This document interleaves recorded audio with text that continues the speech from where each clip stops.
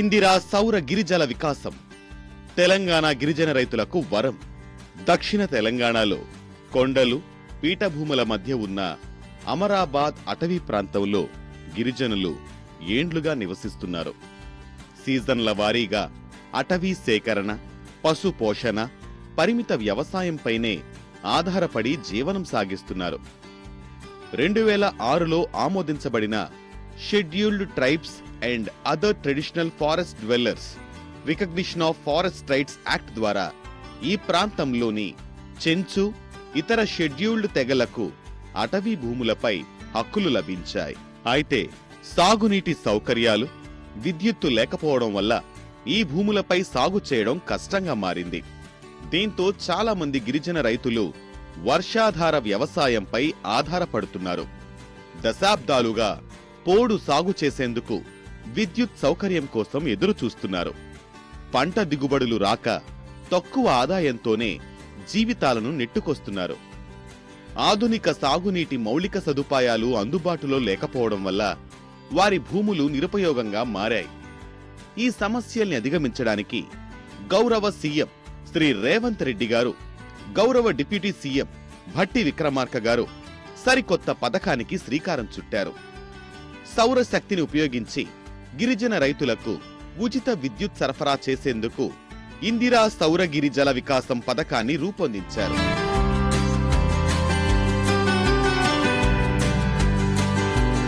మాకు మనిషికి ఎకరన్నర భూమి ఇచ్చారు. అందులో మీరు ఏ తోట పెట్టుకుంటారంటే నేను అవకాడ పెట్టుకుంటానని చెప్పాను. నాకు అవకాడ ఇచ్చారు. నాకైతే ఎంతో సంతోషంగా ఉంది, చెప్పలేనంత ఆనందంగా ఉన్నాను. నా ఊరికి ఇలా జరగడం, నా ఊరికి ముఖ్యమంత్రి సార్ రావడం ఎంతో అదృష్టంగా భావిస్తున్నాను.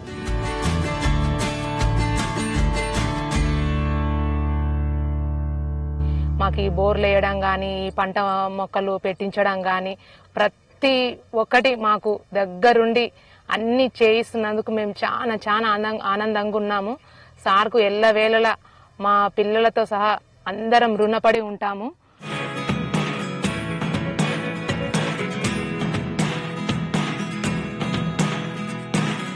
సోలార్ ఎనర్జీ ద్వారా ఉచిత విద్యుత్, borewells, solar pump sets, drip irrigation వంటి ఆధునిక సాంకేతికతలను అందించడం ఈ పథకం ముఖ్య ఉద్దేశం.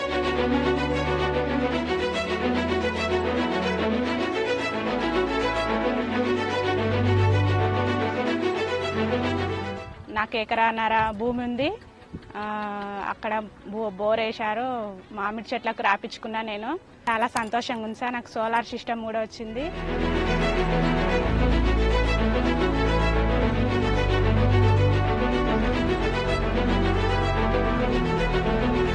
అవకాడ మొక్కలు నాటించి ఇతర పంట పల్లీలు, మిర్చి, పత్తి కూడా వేసుకోమని చెప్పింది.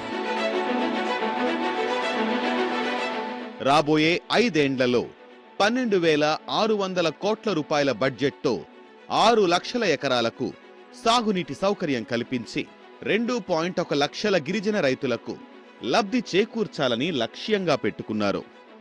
ఈ పథకం అమలులో ఐటీడీఏ, విద్యుత్, హార్టికల్చర్, అటవీ, rural water supply, Panchayati Raj, REDCO శాఖలు కీలక పాత్ర పోషిస్తాయి. ఈ కార్యక్రమం కింద ఎంపిక చేసిన గిరిజన గ్రామాల్లో నీటి వనరుల సర్వే నిర్వహిస్తారు. ఆ తర్వాత బోర్వెల్స్ తవ్వడం, solar pump sets, drip irrigation వ్యవస్థల ఏర్పాటు, మొక్కల పెంపకం వంటి పనులు చేపడతారు. ఈ పథకాన్ని గౌరవ సీఎం శ్రీ రేవంత్ రెడ్డి గారు ఈ నెల 18న నాగర్ కర్నూల్ జిల్లా అచ్చంపేట నియోజకవర్గంలోని మన్ననూరు వద్ద ప్రారంభిస్తారు. దేశంలోనే గిరిజన రైతుల కోసం ప్రత్యేకంగా సౌరశక్తితో వ్యవసాయ సాగు పథకాన్ని ప్రారంభించిన మొదటి రాష్ట్రంగా తెలంగాణ నిలువనున్నది. ఈ పథకం కేవలం సాగునీటితోనే ఆగిపోదు. ఇది ఇతర ప్రభుత్వ పథకాలతో కోఆర్డినేషన్ ద్వారా హార్టికల్చర్ అభివృద్ధికి ఉపయోగపడుతుంది.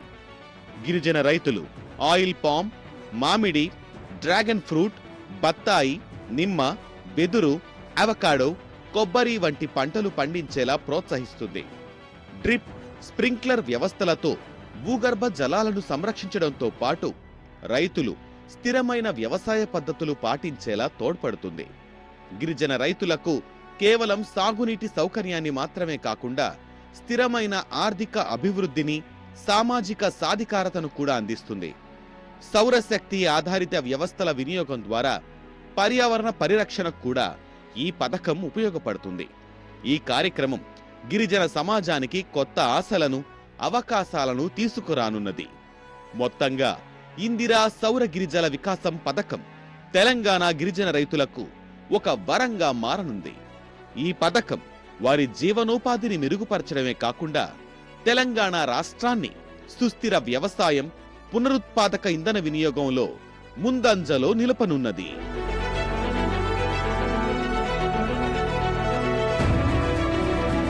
నాకు ఇచ్చిన ఎకరన్నర పొలంలో అవకాడో ప్లాంటేషన్ జరిగింది. నేను ఇప్పుడు అవకాడో పండించడానికి సిద్ధంగా ఉన్నాను.